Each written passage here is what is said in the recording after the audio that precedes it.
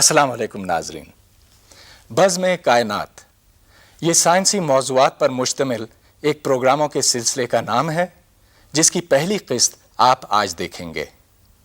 آج کا پروگرام ایک ایسے موضوع کے بارے میں ہے جو اب سے 100 سال پہلے تک ان کی فہم سے باہر سمجھا جاتا تھا، یعنی کائنات کی ابتدا. لیکن گزشتہ 60-70 برس کی سائنسی تحقیق نے ہمیں اتنی قوت بخشی ہے کہ آج ہم کچھ نہایت بنیادی اور اہم سوال کر سکتے ہیں. مثال کے طور پہ، کیا کائنات کی وسعتیں محدود ہیں کہ لامحدود؟ یہ کب اور کس طرح وجود میں آئی؟ اور اگر اس کی کوئی ابتدا ہوئی تھی تو کیا اس کا کوئی اختتام بھی ہوگا؟ ازل سے کائنات کا نظام انسان کی حیرت کا مرکز رہا ہے. قدیم زمانے کے انسان کے لیے کائنات زمین اور اس پر ڈھپی ہوئی ایک نیلی چادر تک محدود تھی. ایسی چادر جس میں چاند، سورج اور ستارے ایک طرف سے دوسری طرف جاتے نظر آتے تھے. اور خود زمین اور آسمان کس طرح سے قائم تھے، اس کے بارے میں طرح طرح کے تخیلات موجود تھے. مثلا یہ کہ زمین کسی بیل کے سینگوں پر قائم ہے اور بیل خود کسی کچھوے کی پیٹھ پہ کھڑا ہے، وغیرہ وغیرہ. پھر دوسری صدی عیسوی میں حکیم بطلیموس یعنی ٹولمی نے 7 آسمانوں کا تصور پیش کیا. اس کے مطابق تمام کائنات کا مرکز زمین ہے. پھر پہلے آسمان پر چاند آتا ہے، دوسرے پر زہرہ، تیسرے پہ عطارد، چوتھے پہ سورج، وغیرہ وغیرہ. اس کے بعد 7 آسمان کے بعد ستارے آتے تھے. ان ستاروں کی حیثیت بس چمکدار نقطوں کی تھی. دوربین کی ایجاد نے اس تصور کو یکسر بدل دیا. آسمان کی سیاہ چادر پر چپکے ہوئے چمکدار نقطے گھومتے ہوئے کروں کی شکل میں نظر آنے لگے. سیاروں کی حقیقت واضح ہونے کے ساتھ ہی یہ بھی واضح ہو گیا کہ زمین کائنات کا مرکز ہرگز نہیں ہے، کہ زمین اور سیارے سورج کے گرد گردش کر رہے ہیں، اور سورج اگر مرکز ہے بھی تو صرف نظام شمسی کا. دور جدید کی طاقتور ریڈیائی دوربینوں سے یہ بھی واضح ہو گیا کہ ہمارا سورج کائنات کا ایک معمولی سورج ہے. اس جیسے اور اس سے کہیں زیادہ بھاری بھرکم سورج موجود ہے، کروڑوں اربوں سورج.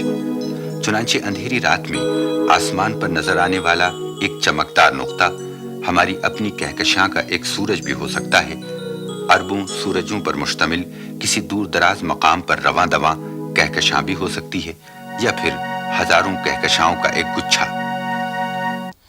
کائنات کے فاصلے حیرت انگیز ہیں. ان کی پیمائش میلوں میں کرنے سے دماغ چکرا جاتا ہے.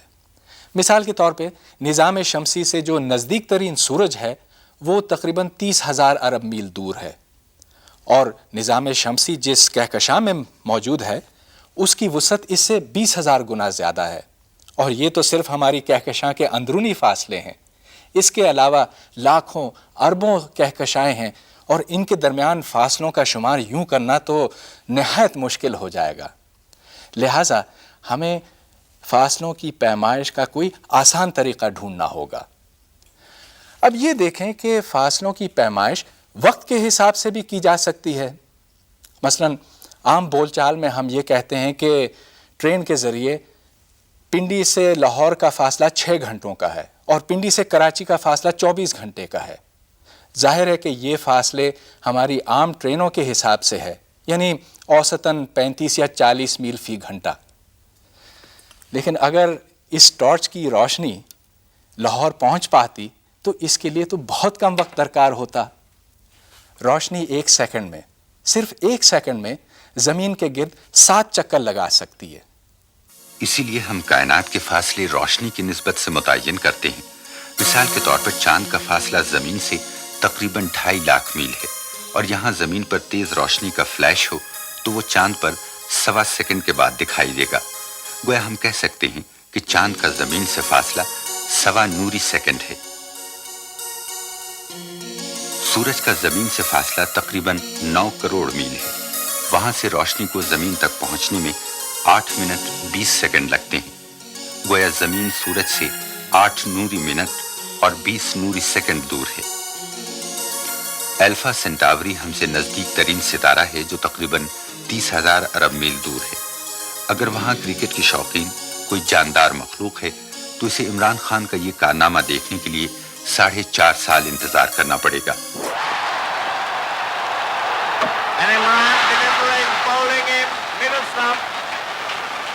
کیونکہ ٹی وی کا سگنل روشنی کی رفتار ہی پر چلتا ہے. اگر اسی واقعے کو ہماری کہکشاں کے دوسرے سرے پر کوئی دیکھنا چاہے تو اسے 60,000 سال انتظار کرنا ہوگا. یہ فاصلہ یقیناً بہت بڑا ہے، لیکن دوسری کہکشائیں تو لاکھوں کروڑوں نوری سال دور ہیں. اس وقت تک کا اندازہ ہے کہ تمام کائنات تقریباً 15 ارب نوری سال وسیع ہے. رات کے سیاہ آسمان پر ایک نظر ڈالیں.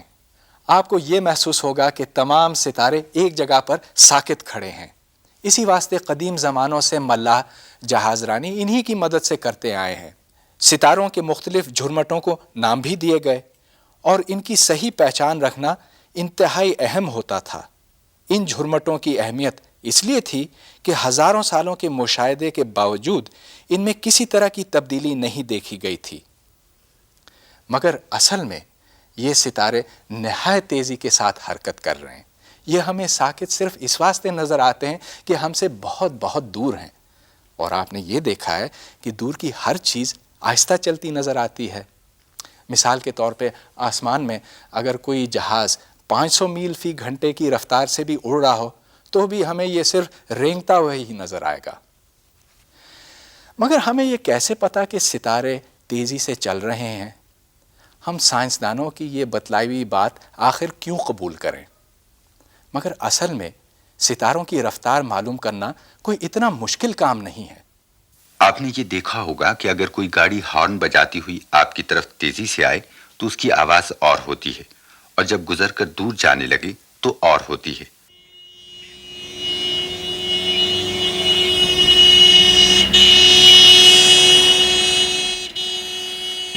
یہ بات آواز اور روشنی دونوں پر صادق آتی ہے. یعنی اگر کوئی چیز حرکت کرنے لگے تو اس سے نکلنے والی روشنی کی فریکوینسی یا رنگ میں فرق آ جاتا ہے. اس اصول کو ہم کسی جسم کی رفتار معلوم کرنے کے لیے استعمال کر سکتے ہیں. اگر کسی عنصر کو گرم کیا جائے تو اس میں سے مخصوص رنگوں کی روشنی خارج ہوتی ہے جو ایک خاص نمونہ بناتی ہے. اگر یہ عنصر ہماری طرف بہت تیزی سے دوڑنا شروع کر دی تو اس نمونے میں فرق اس طرح سے آ جائے گا، اور اگر یہ ہم سے دور بھاگنے لگے تو فرق یوں ہوگا، اور وہ جتنی تیزی سے ہم سے دور بھاگے گا اتنا ہی فرق بڑھتا چلا جائے گا. گویا کہ رنگوں کے نمونے کو دیکھ کر ہم یہ اندازہ لگا سکتے ہیں کہ کسی شے کی رفتار کتنی ہے اور کس سمت میں ہے. چنانچہ ستاروں سے آنے والی روشنی کے جائزے سے معلوم ہوا ہے کہ وہ اپنی جگہ ساکن نہیں ہے بلکہ مسلسل حرکت میں ہے. ستاروں کے یہ جھرمٹ ہمیں ساکن اور مستقل نظر آتے ہیں، لیکن لاکھوں کروڑوں سال پہلے اگر ہم انہیں دیکھتے تو ہمیں ان کے مقام مختلف نظر آتے، اور لاکھوں کروڑوں سال بعد اب اس سے مختلف ہوں گے. ہمیں یہ اس لیے ساکن نظر آتے ہیں کہ یہ بہت دور ہیں. چنانچہ کائنات میں موجود ستاروں اور کہکشاؤں کی رفتار کا اندازہ ہم ان سے آنے والی روشنی کی مدد سے لگا سکتے ہیں. اس روشنی کا تجزیہ ایک امریکن ماہر فلکیات ایڈون ہبل نے کئی سالوں تک کیا. سن 1920 میں اسپیکٹروسکوپ اور دوربین کی مدد سے ہبل ایک انتہائی حیران کن نتیجے پر پہنچا. یعنی جو ستارے اور جو کہکشائیں ہمیں نظر آتی ہیں وہ اصل میں انتہائی تیزی کے ساتھ ہم سے دور بھاگتی جا رہی ہیں. اس نے یہ بھی دیکھا کہ جو کہکشائیں زیادہ فاصلے پر ہیں ان کی رفتار زیادہ ہے، اور جو قدرے نزدیک ہیں ان کی رفتار کم ہے. اس کی تصدیق بہت سے دوسرے سائنسدانوں نے بعد میں کی.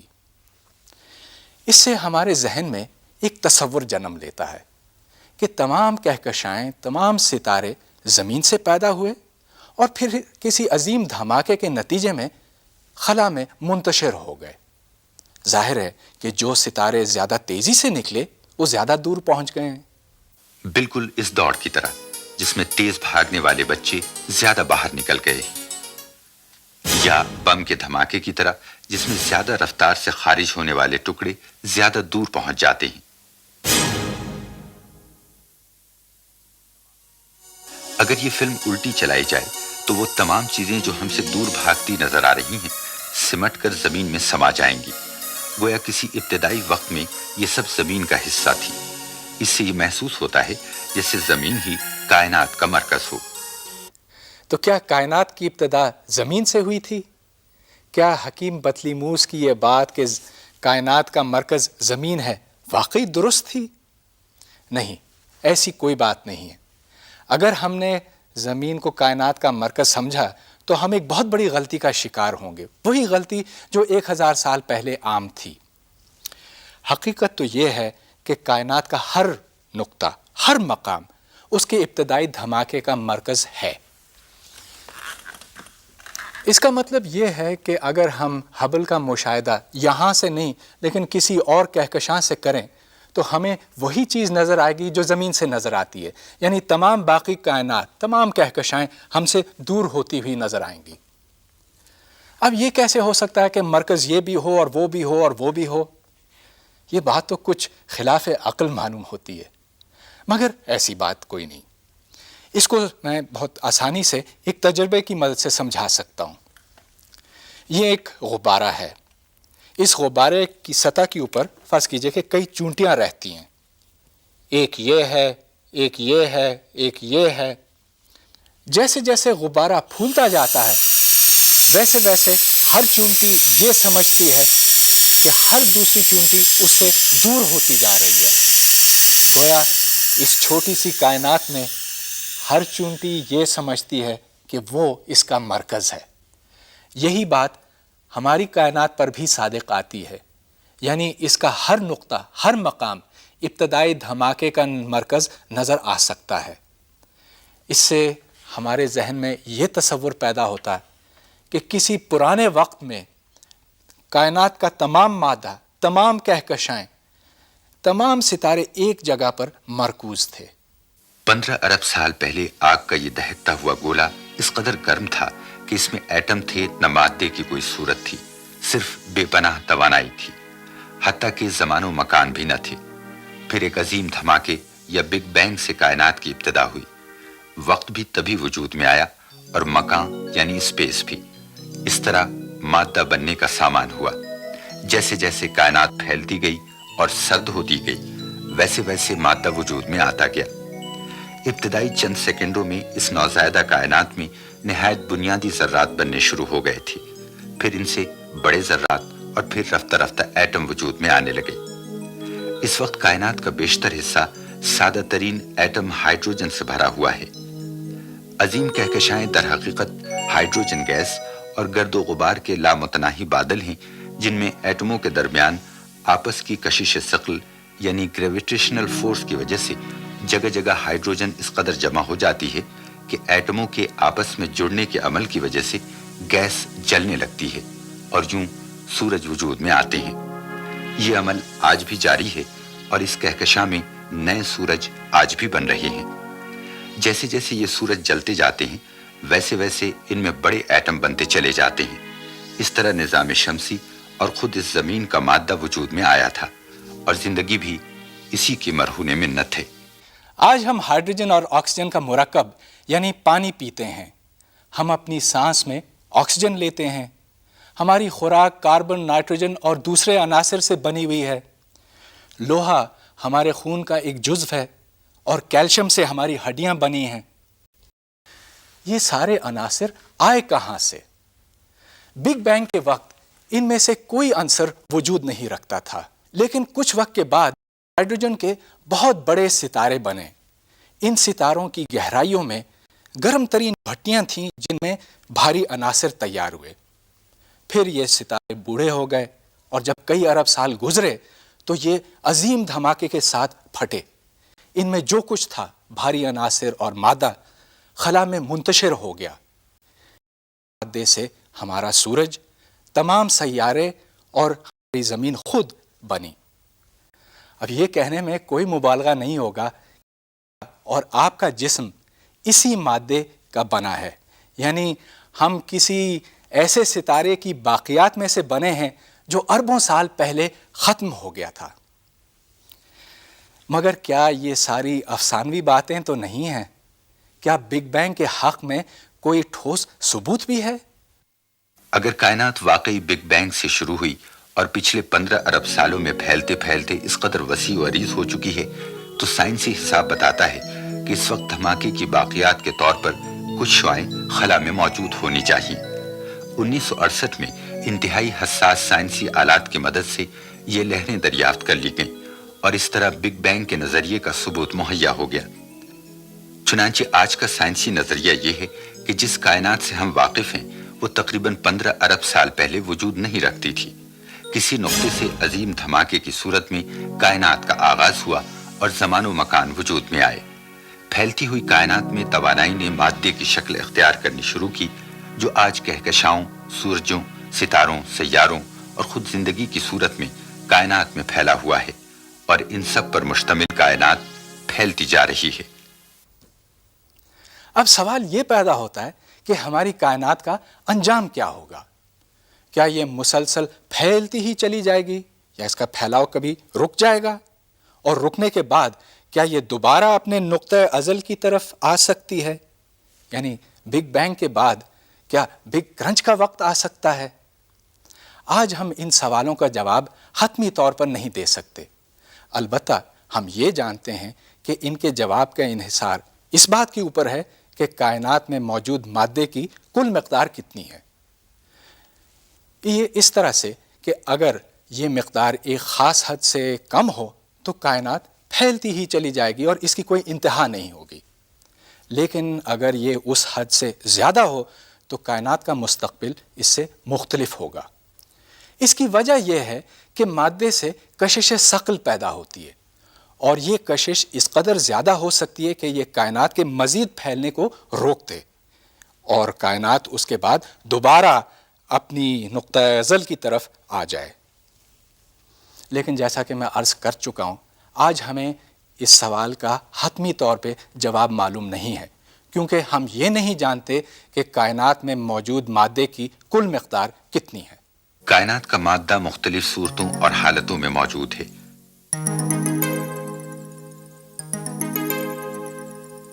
کچھ مادہ تو ان ستاروں اور کہکشاؤں میں ہے جنہیں ہم دوربینوں سے دیکھ سکتے ہیں۔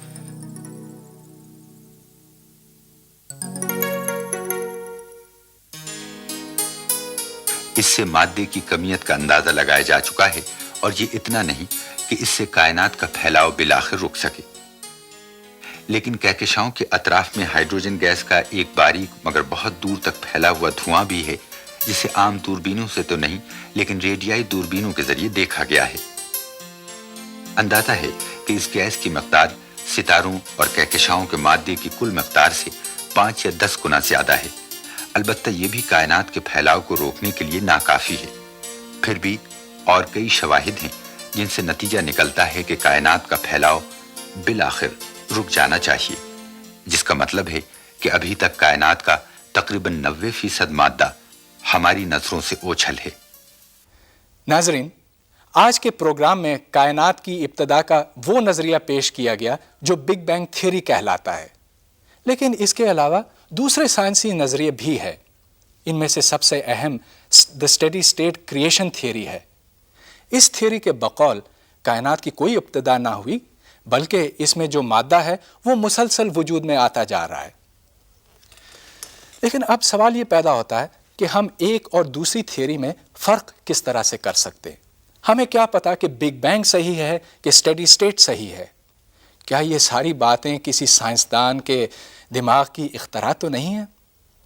نہیں، ایسا بالکل نہیں ہے۔ سائنس ہر تھیوری سے یہ تقاضا کرتی ہے کہ وہ ٹھوس ثبوت فراہم کرے۔ بگ بینگ یہ ثبوت فراہم کر سکی، اس واسطے وہ قائم ہے، جبکہ اسٹیڈی اسٹیٹ نہیں کر سکی، اور اسٹیڈی اسٹیٹ اور اس طرح کی دوسری تھیوریوں کو بالآخر رد کرنا پڑا۔ حال میں بگ بینگ کے حق میں کچھ مزید ثبوت ملا ہے۔ پچھلے سال سے ایک مصنوعی سیارہ کائنات میں موجود لہروں کو دیکھ رہا ہے۔